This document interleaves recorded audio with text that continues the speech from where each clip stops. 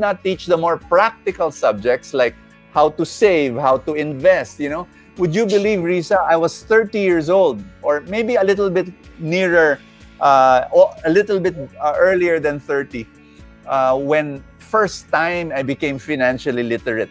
Because I was like you, Riza, I was a missionary, and all my life, serving God, serving the church, giving my life to the Lord, and then knew nothing, zero about money. And what we're encouraging people to do is this: if you want to earn more, you've got to learn more. How can you earn more if you don't learn more? By increasing your learning, you will increase your earning. And the way to do that is to prioritize, to actually say, hindi, starting now, I will learn about financial life, financial growth, financial investment. So IMG is one very important way by which you learn more. And I will recommend, you've got all the teachers here, Noel, Joanne, Bart, and many others. Find out how you can learn more. How does money work? How does interest work? How does investments work? Ano ba yung mutual funds? Ano ba yung insurance? Get to know all of these things because you need to be able to be competent in your finances. So it was both, sabihin mo na lang financial literacy, tapos meron ring yung financial mindset, which is a little, may relationship naman, pero magkaiba. Literacy means, you know how to save, you know where to save, where to invest, so mga facts and knowledge. Pero may tinatawag na mindset that I did not have the right mindset because I had a negative view about money. I thought that money was bad. I thought that if you want to grow closer to God, you should be poor. So I had all these wrong notions about money that I had to exercise. I had to be delivered from. I had to get out from my system because it was wrecking me. I'll give you an example, Risa. Passing by this house with lots and lots of cars. The garage had about 6 or 7 cars, and all brand new, all beautiful. I was driving through and I saw this house. May kaibigan ako.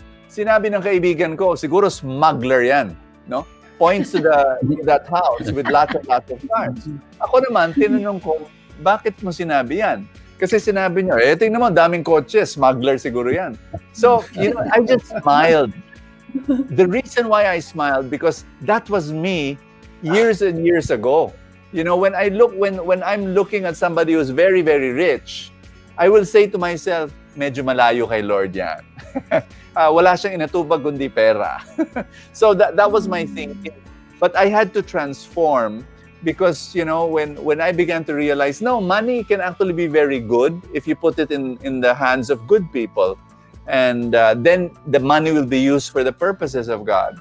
So those are the two things, the two challenges that I had to overcome at the very start of my financial journey. Number 1, lack of financial literacy.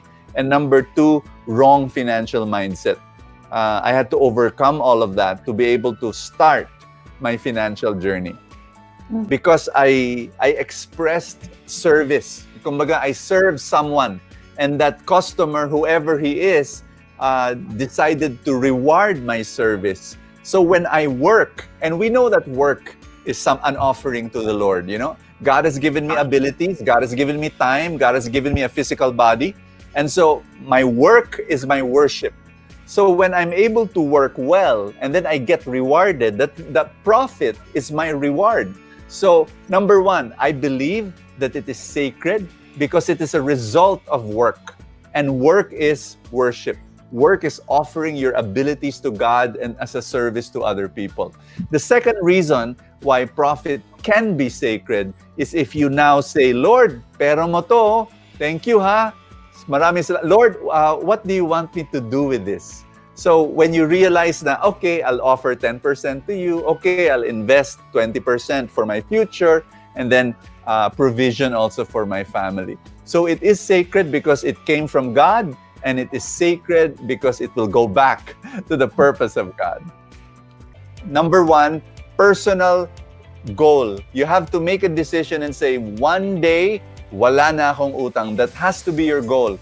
You want to be debt-free. So you need to dream, you need to write it down, you need to pray for it, you need to make that decision. And tapos i-plot mo, using a little number calculations. Okay, by this year, by 2023 or by 2024, wala na akong utang, so then you monitor that. So that's my first advice to pangdagdag lang sa lahat ng mga napakagandang advice na binigay na.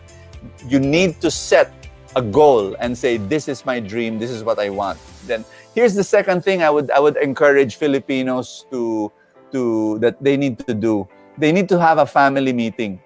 Yung mga may utang, sometimes it's the children or it's the relatives or it's the siblings who do not know na teka muna, may goal pala si kuya, may goal pala si daddy, may goal pala si mommy na ma-erase yung utang. So everybody should help. You can have a family meeting, gather all the children and everybody and say, okay, ito yung goal natin. How can you help to make this happen? And maybe some of them will apply what Joanne was saying or what Bart was saying and what Noel was saying. Things like, sige mami, I'll bring my own water. Magkano yan? In 5 days, magkano yan? In 1 month, magkano yan? Yan ang idadagdag natin sa pangbayad sa utang. There has to be a consolidated effort within the family to say, we're gonna get rid of this debt. We're gonna be debt-free.